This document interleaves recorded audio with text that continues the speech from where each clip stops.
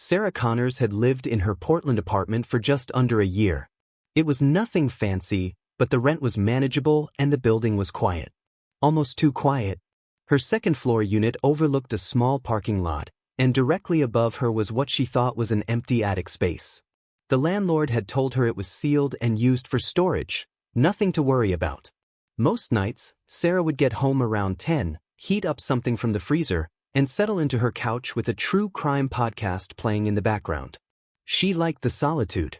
But lately things had started to feel off. It began with soft sounds.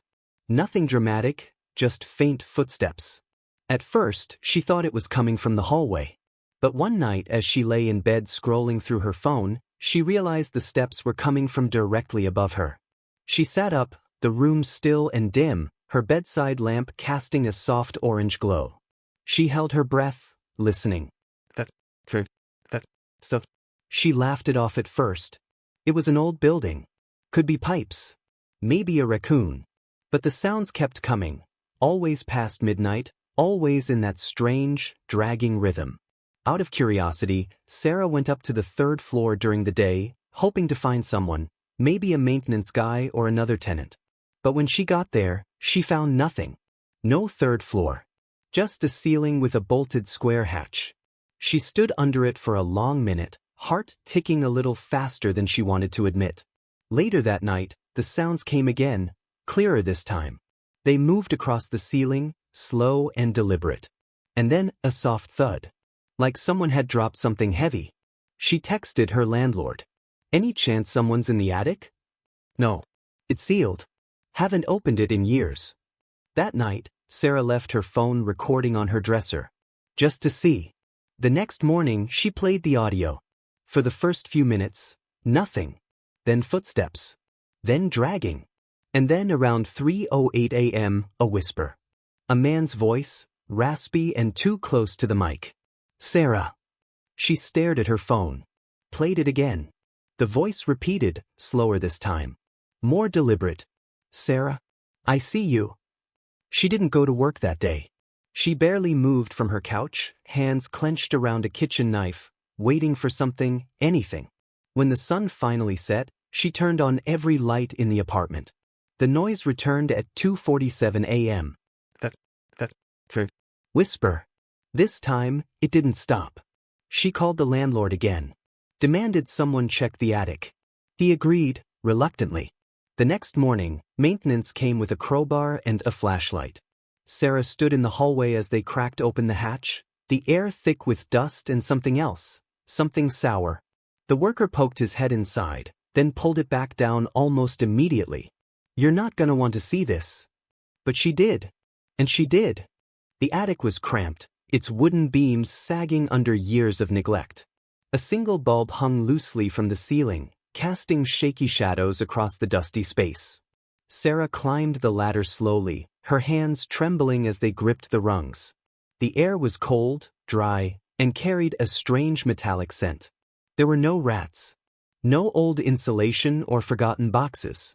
Instead, in the far corner, tucked behind a wooden beam, was a pile of old clothing, men's clothing, layered in filth and dust. Next to it sat a yellowed blanket, flattened into the floorboards. Empty food wrappers were strewn around, most of them expired. But some, shockingly, were recent. A dented bottle of water. A still wet paper towel. And next to all that, a crumpled grocery bag with a receipt from a store just 2 blocks away. Dated 4 days ago. Sarah's stomach turned. What the hell? The maintenance worker mumbled. But that wasn't the worst part. Pinned to the wood next to the makeshift bedding was a series of photographs. Taken from above. Angled downward through the slats in the attic floor. They were pictures of her, sleeping, brushing her hair, walking through her apartment. Some showed her cooking. Others, scrolling her phone in bed. But the last one froze her blood. It was a photo of her brushing her teeth. From the night before. She hadn't even heard a sound. The police came. They searched the attic, dusted for prints, took the photos. But whoever had been living up there, they were gone. No fingerprints. No signs of forced entry.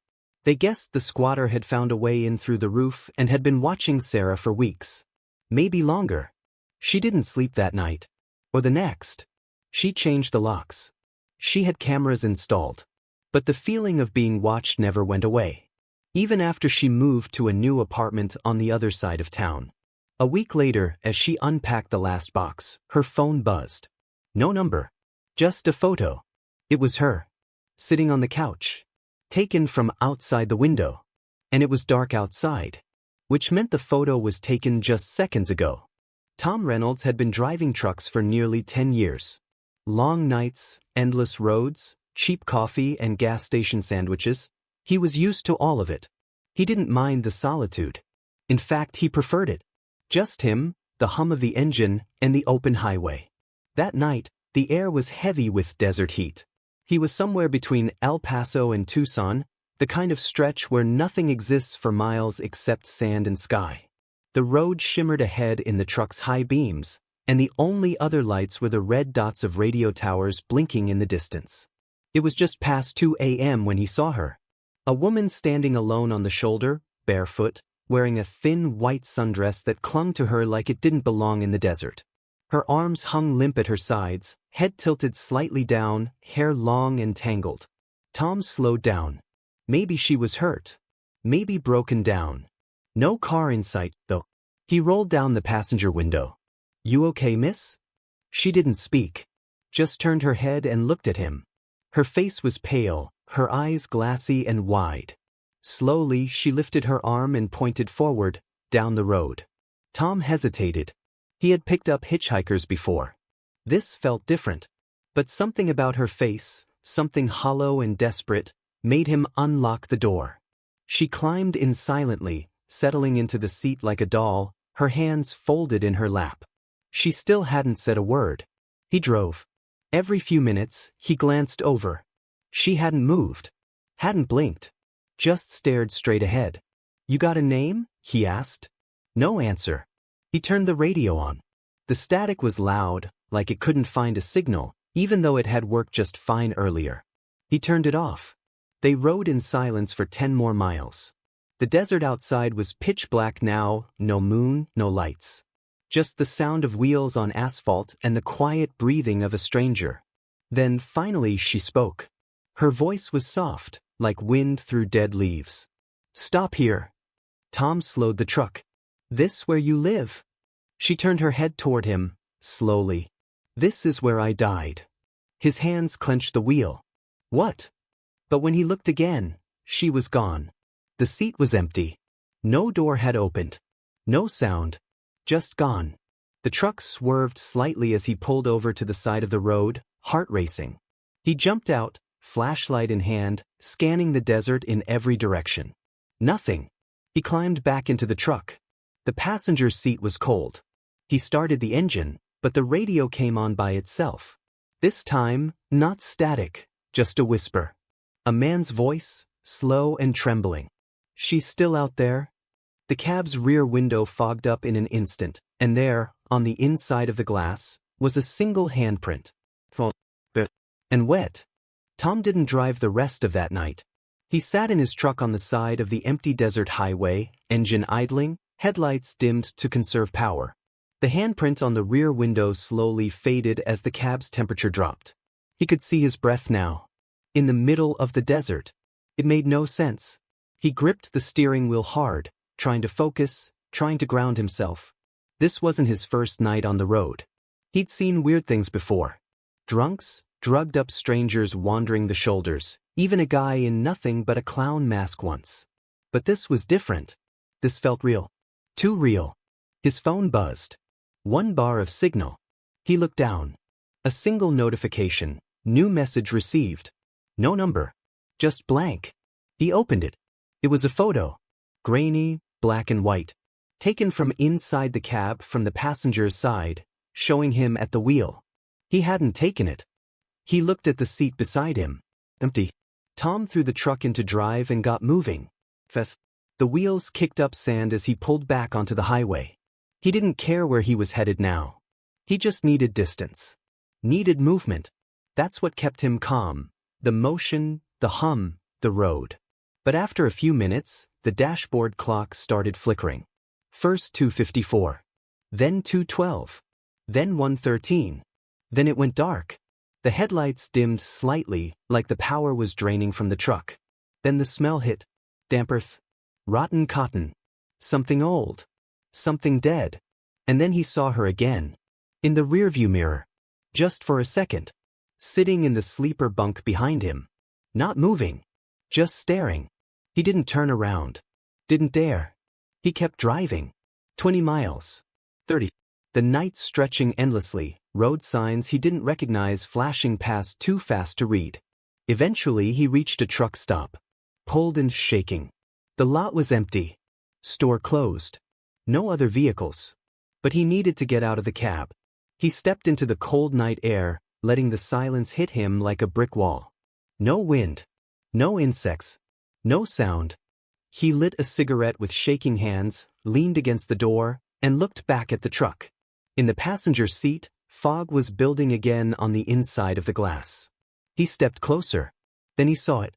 Letters, drawn into the condensation. Just one word. Home. Megan Hartley had always been a light sleeper, even before her daughter Emma was born. But since becoming a mother, her ears had sharpened to the softest of sounds. Every whimper, every shift of the blanket, every faint exhale through the baby monitor would jolt her awake. Their home was modest, a 2-bedroom place in a quiet Pennsylvania suburb. Her husband worked nights as a warehouse supervisor, which meant Megan was often alone with Emma after dark. She didn't mind. Their neighborhood was safe. She knew the neighbors. The backyard had a wooden fence. Everything felt predictable. Until the monitor started whispering. It was just after 2 a.m. the first time it happened. Megan had been asleep for maybe an hour when a soft, unfamiliar murmur stirred her awake. At first, she thought it was Emma cooing. But then she realized the sound wasn't coming from Emma. It was a deep voice. Low and soft. A man's voice. She sat up in bed, staring at the baby monitor on the nightstand. The green signal light glowed steady. No static. Just breathing. And the voice. Don't cry. I'm right here. Her skin prickled. She rushed to Emma's room. The baby was sleeping peacefully, tiny fists curled near her face. The mobile above her crib swayed gently, though there was no breeze. Megan stood in the doorway, silent. Watching. Waiting for anything to move. Nothing. She unplugged the monitor, brought Emma into her room, and stayed up the rest of the night, trying to convince herself it was interference, maybe picking up another monitor nearby. Maybe a neighbor's baby. Maybe someone's TV. The next day, she bought a brand new monitor, a digital model, interference-proof, with a camera. That night she heard it again. A whisper. Essit. She grabbed her phone and pulled up the camera feed. Emma lay still in the crib. But in the bottom right corner of the video, the shadows moved. Only for a second. Like someone ducking just out of frame. Megan sprinted down the hallway and burst into the nursery. Emma blinked up at her, startled but unharmed. The room was empty. She checked the closet, under the crib, behind the curtains. Nothing. But when she returned to her room, the monitor showed the nursery again. And for a moment, someone else was in the crib. A dark shape, hunched low, as if whispering into Emma's tiny ear. By the time she reached the door again, the figure was gone. And the only sound left in the room was the creak of the floorboard, still swaying slightly, like someone had just stepped off. Megan didn't tell her husband at first. She wanted to. She tried. But every time she pictured his face, the exhaustion, the long hours, the quiet disbelief, she stopped herself. Maybe it was sleep deprivation. Maybe stress. That's what he would say. But the whispers didn't stop. Over the next few nights, they got clearer. More confident. No longer just hushed tones. Words. Full sentences. You look just like her. She cried more than you do. I like watching you sleep. It felt like someone, was having a conversation with her baby. But Emma never cried. Never seemed scared. Just calm. Almost lulled by the voice. Megan began recording the feed on her phone. She set alerts for motion. But every time she replayed the footage, the shadowy figures never showed up again. The video would glitch for a second, a flicker of static, then resume like nothing had happened. One night, Desperate and fully awake, Megan muted the monitor and pressed her ear to the wall behind Emma's room. Her neighbor's house was several yards away, no shared walls, but she listened anyway. And there it was again. Not through the monitor this time. Right through the drywall. A whisper. Just a few feet behind the crib. "We miss her." Megan bolted outside, barefoot, grabbing a flashlight.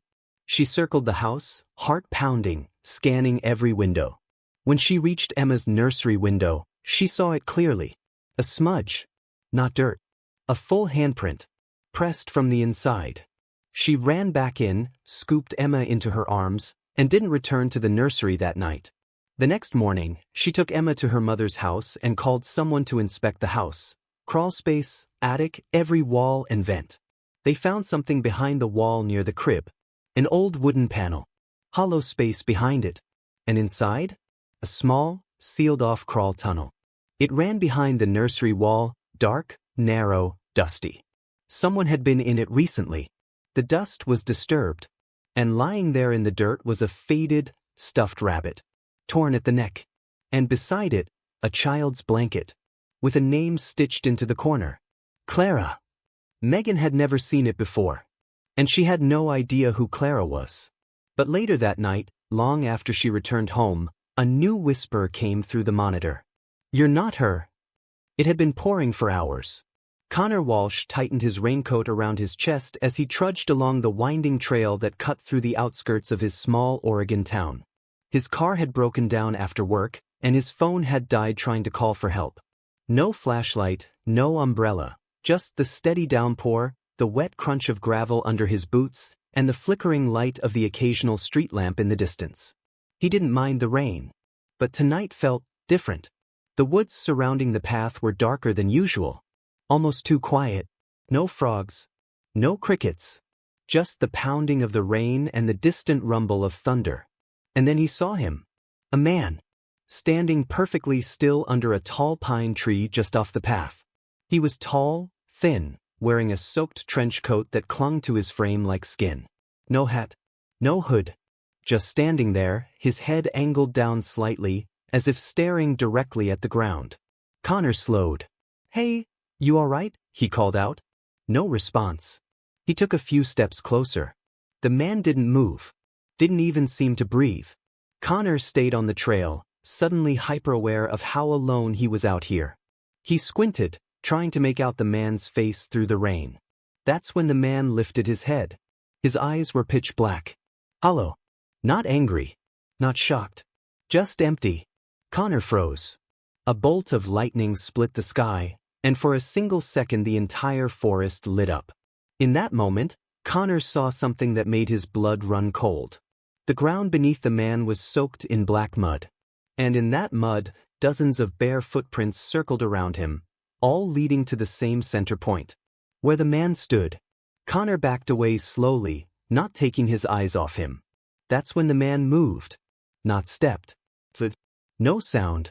Just a sudden, smooth motion, 10 feet closer. Connor spun and ran. Rain lashed his face. Branches slapped his arms as he left the trail and cut through the woods, feet slipping on wet leaves and roots. He didn't stop until he saw the lights of the roadside gas station through the trees. He burst in, soaked and shaking. The clerk looked up, startled. "You all right?" Connor glanced back through the glass doors. The rain poured. The trees swayed. But the trail behind him was empty. No one had followed. At least, not that he could see. He wiped the water from his face, trying to catch his breath. Then the lights inside flickered. The glass door behind him fogged up. And slowly from the outside, a new set of footprints began to appear, one by one, leading directly to the door. And stopping just inches from the handle. But no one was there. Not anymore. Connor didn't sleep that night. Even after he got a ride home from the gas station clerk, even after locking every window, every door, he sat awake in the dark, a baseball bat resting in his lap. The rain hadn't stopped. It just got heavier, louder, like it was trying to cover something up. Just after 3 a.m., his phone lit up. A message. No number. Just like Megan's. "You ran." His heart seized. The room felt colder suddenly, like someone had left a window open. But everything was sealed. Still locked. Still bolted. He turned the phone off. Tossed it across the room. But the screen lit up again. Next time don't. The message vanished as soon as he tried to open it. Connor got up and pulled back the curtain just slightly. Nothing but rain. But in the faint orange glow of the distant streetlight, he saw the trail. Footprints.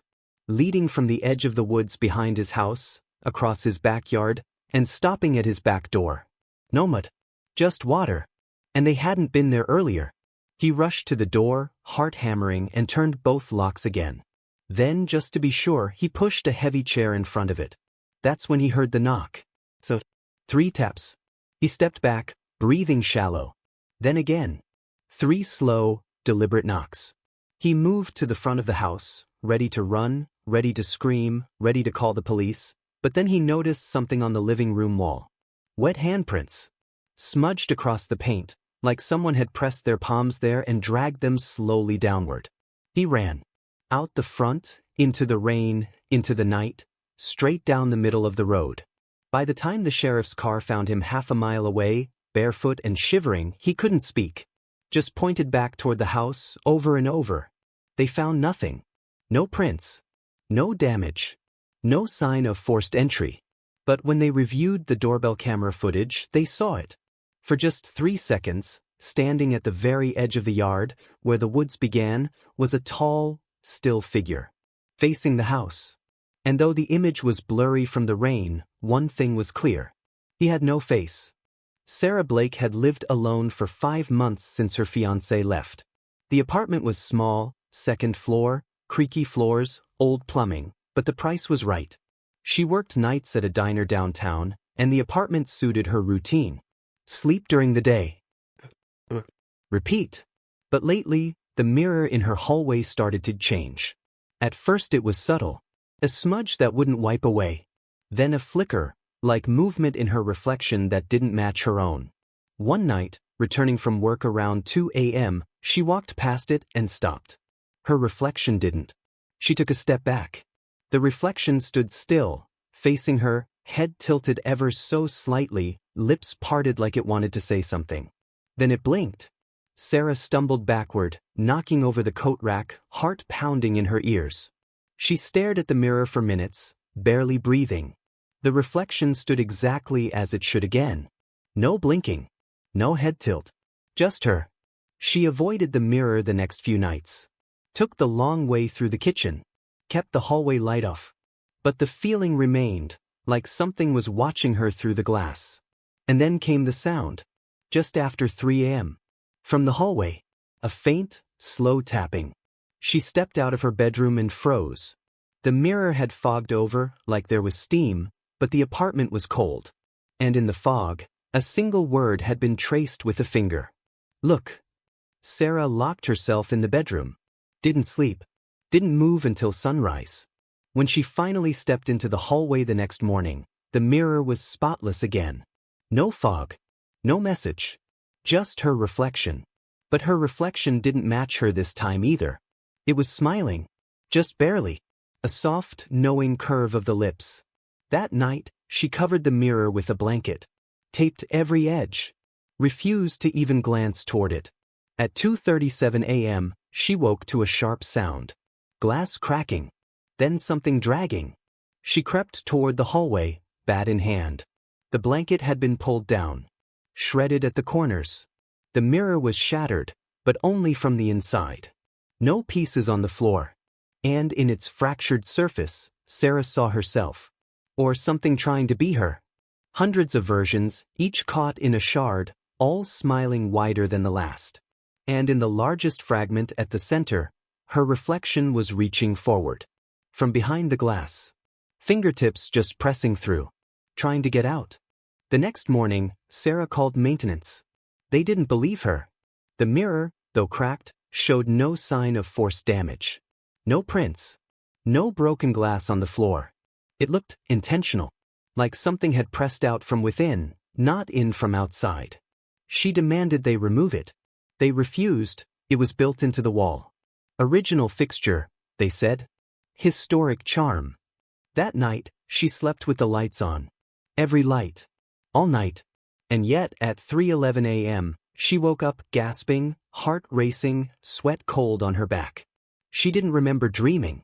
But she was standing in the hallway, facing the mirror. No memory of getting out of bed. And in the mirror? She was still in bed, peacefully sleeping. She stumbled back into her room, slammed the door, and sat on the floor, shaking. The bed was empty, but the sheets were still warm. She didn't sleep the rest of the night. At sunrise, she packed everything she could carry and left the apartment. Booked a hotel downtown and stayed with the TV on, the mirror in the bathroom covered with a towel. She thought that would be the end of it. But the next evening, as she checked her phone, a new image appeared in her camera roll.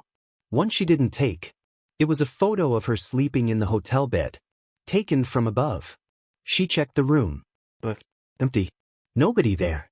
She deleted the photo. It came back an hour later. But now, there were two people in the frame, sleeping, and something standing behind the bed. A blurred, pale figure, with long dark hair and limbs too thin to be human. Its face was pressed close to her head, almost whispering. She threw the phone across the room. It buzzed once more on the floor. Another photo. This time, she was awake in the image, staring directly into the lens, smiling. But she hadn't moved. And she wasn't smiling. She left that night and didn't go back. Months later, in a completely different town, different building, different everything, she passed a shop window and caught a glimpse of herself in the glass. Except it wasn't her. It wore her face. But it didn't blink. It didn't move with her. It just watched. From the other side of the reflection. Waiting. Kevin Marks was a night owl by nature. He worked late shifts as a dispatcher for a local cab company in upstate New York. Quiet hours. Dim lights.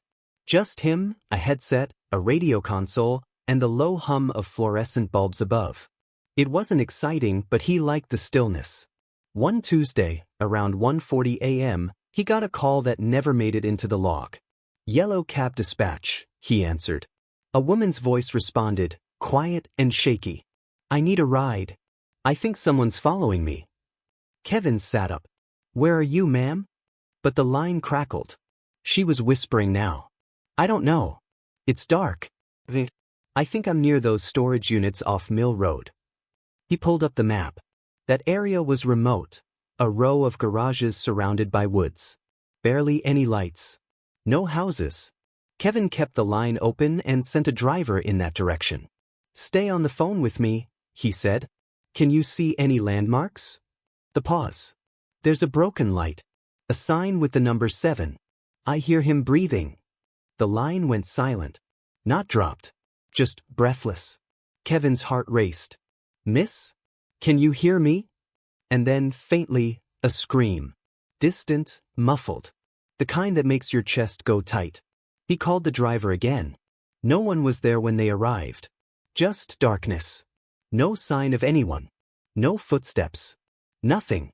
The storage unit marked 7 was locked. Untouched. When the police reviewed the security footage later that week, the feed around that time glitched. A flicker of static, then a blank screen for 3 minutes. When it returned, the camera was tilted, as if someone had moved it. That's when Kevin remembered something. The call had never disconnected. It had just stopped. Still active. Still recording. He played it back that night. The last 30 seconds were pure static, until the woman whispered one final thing. Not to him. To someone else.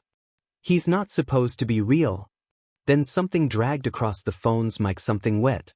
The call ended at exactly 1:47 a.m. He saved the recording. Locked it in a drawer. 2 nights later, his own phone rang. A known number.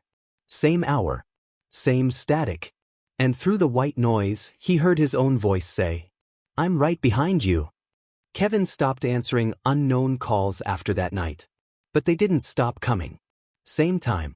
Same number. Always just static on the other end. Sometimes, for a second or two, he could swear he heard breathing.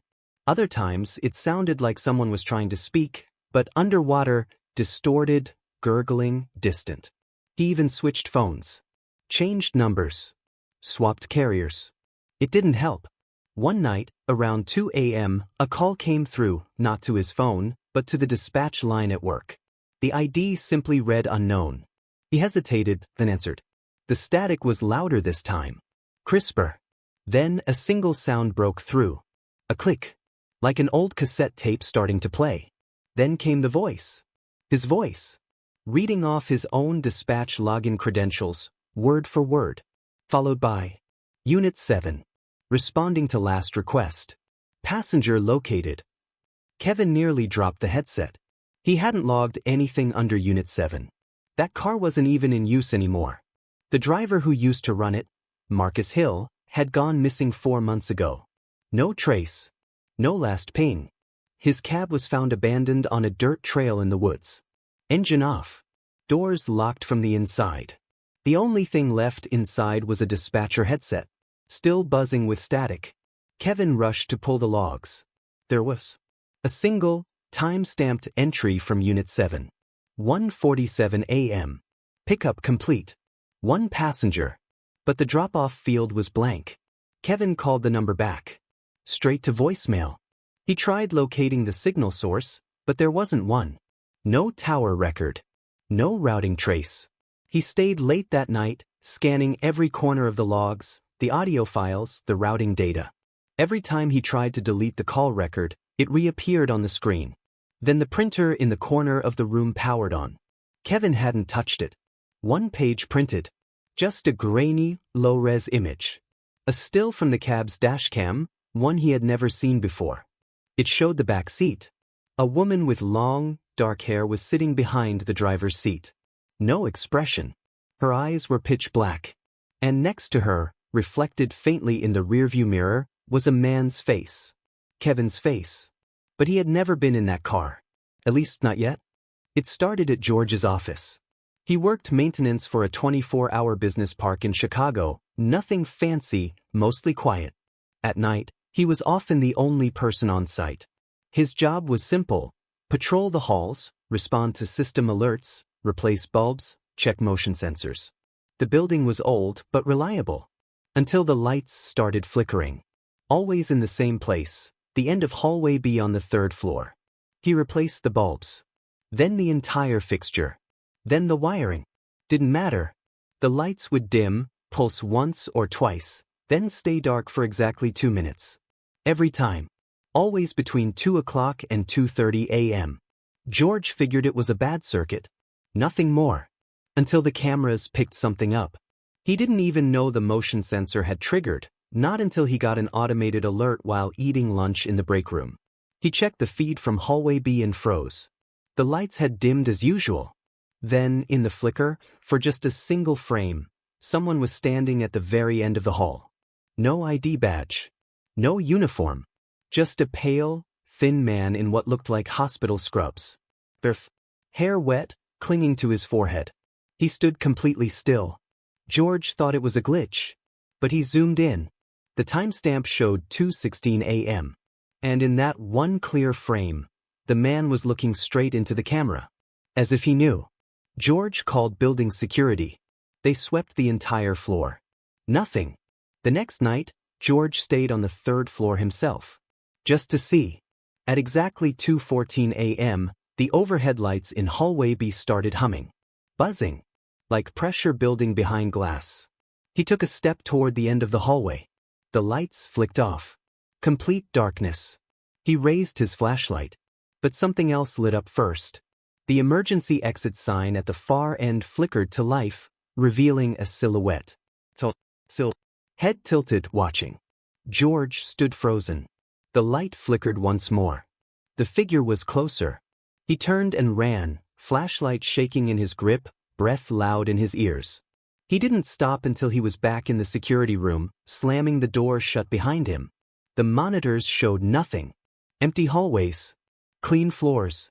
But the camera for hallway B? Frozen. Not blacked out, just stuck on one frame. The man. Standing just outside the stairwell. Smiling now. The next morning, George quit. And when the day shift techs opened the maintenance locker to collect his badge, they found a note on the floor beneath his folded uniform. Scrawled in pen, shaky and smeared. The lights don't flicker. They blink. He sees better in the dark. George moved across the city. Took a night job at a storage warehouse. Quiet, isolated, but brightly lit. No flickering. No cameras. Just boxes, concrete, and silence.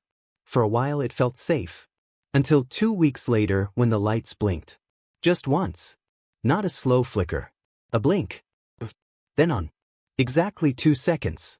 And George knew. He was still being watched. He reported it to the building supervisor, who laughed it off.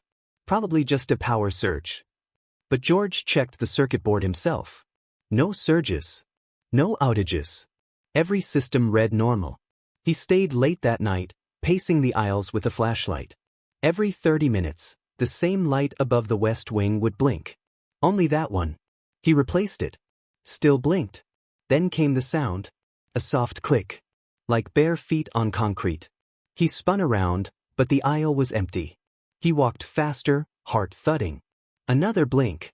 And this time, just before the light returned, he saw a shape at the end of the aisle. A man. Unmoving. Arms at his side. Face blurred by shadow.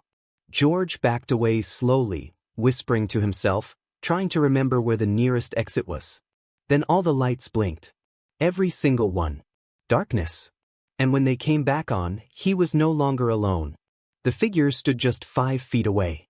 Close enough that George could smell something wet and metallic in the air. His legs gave out. He hit the floor hard. The lights blinked again. This time they stayed off for 10 seconds. And in that 10 seconds, he heard breathing. Right next to his ear. When they returned, he was alone again. But on the floor, drawn in the dust beside him, were 2 words. Stay awake. George ran. Left his keys, his phone, everything. He checked into a motel that night, one with no windows.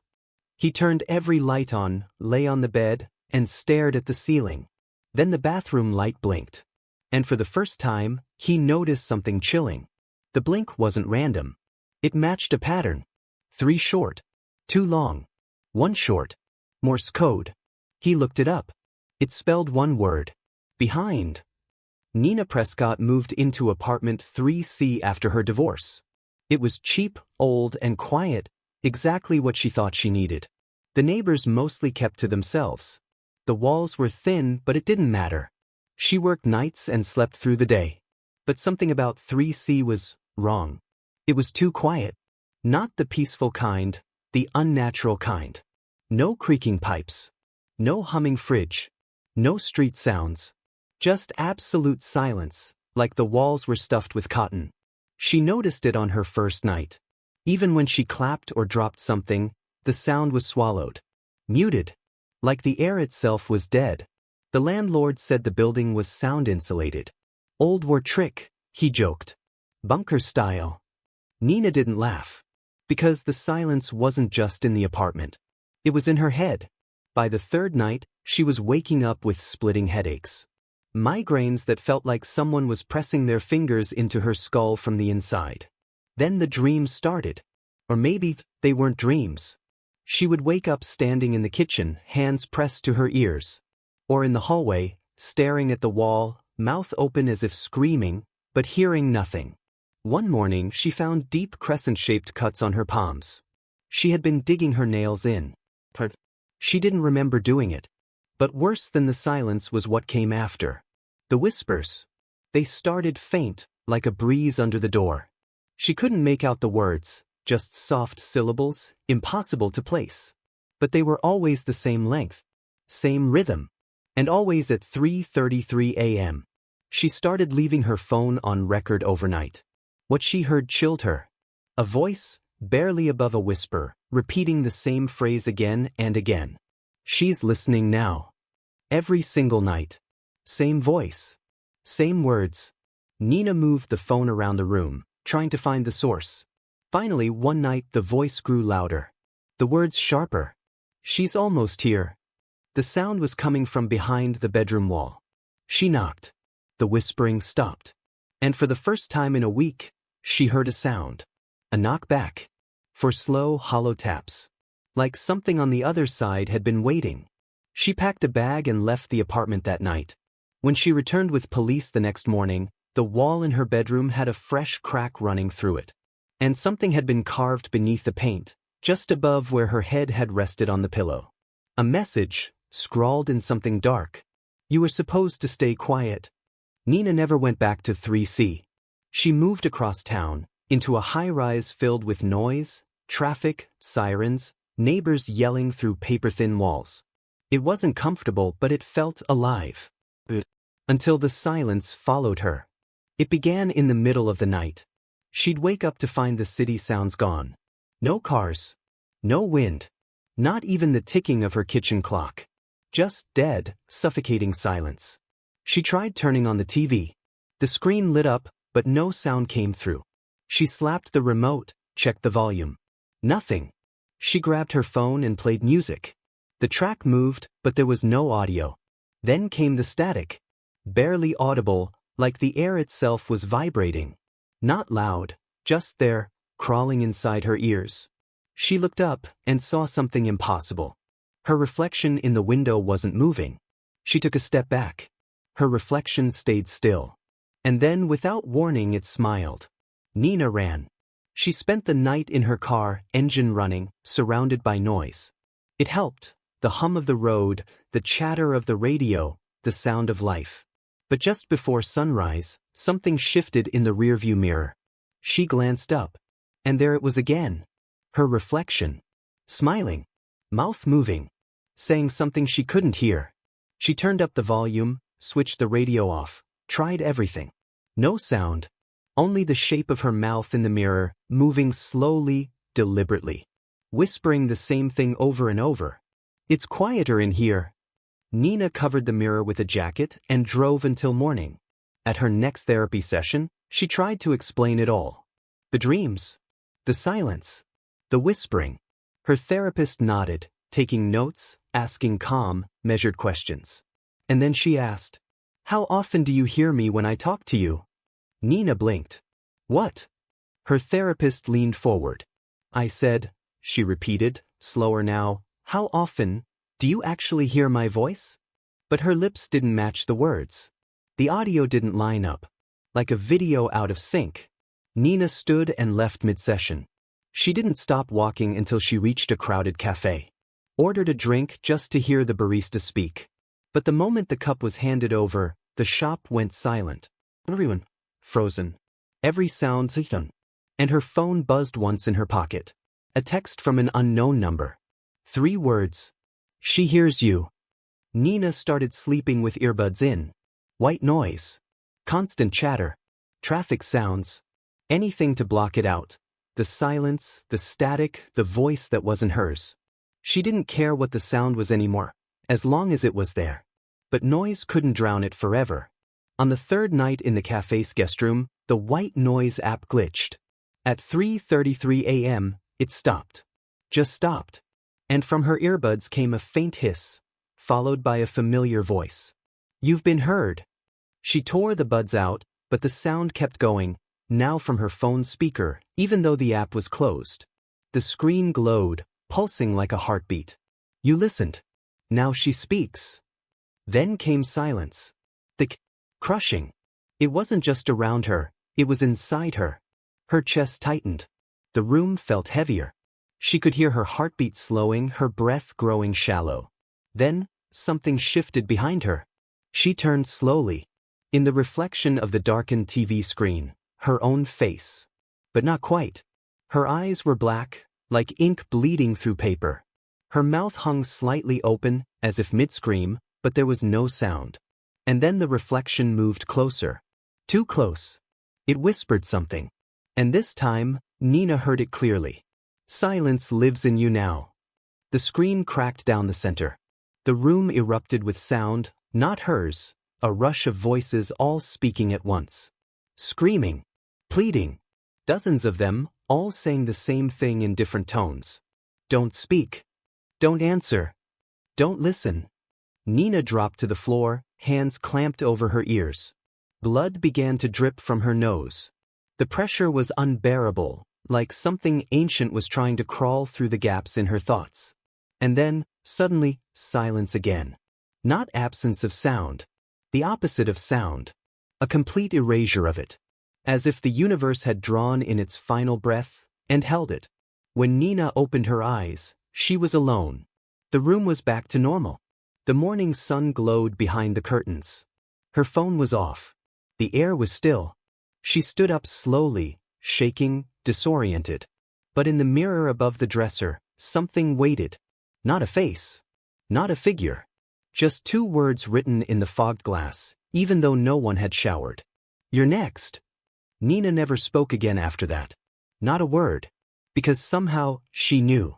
The moment she made a sound, any sound, she'd hear it respond. And it would finish what it started.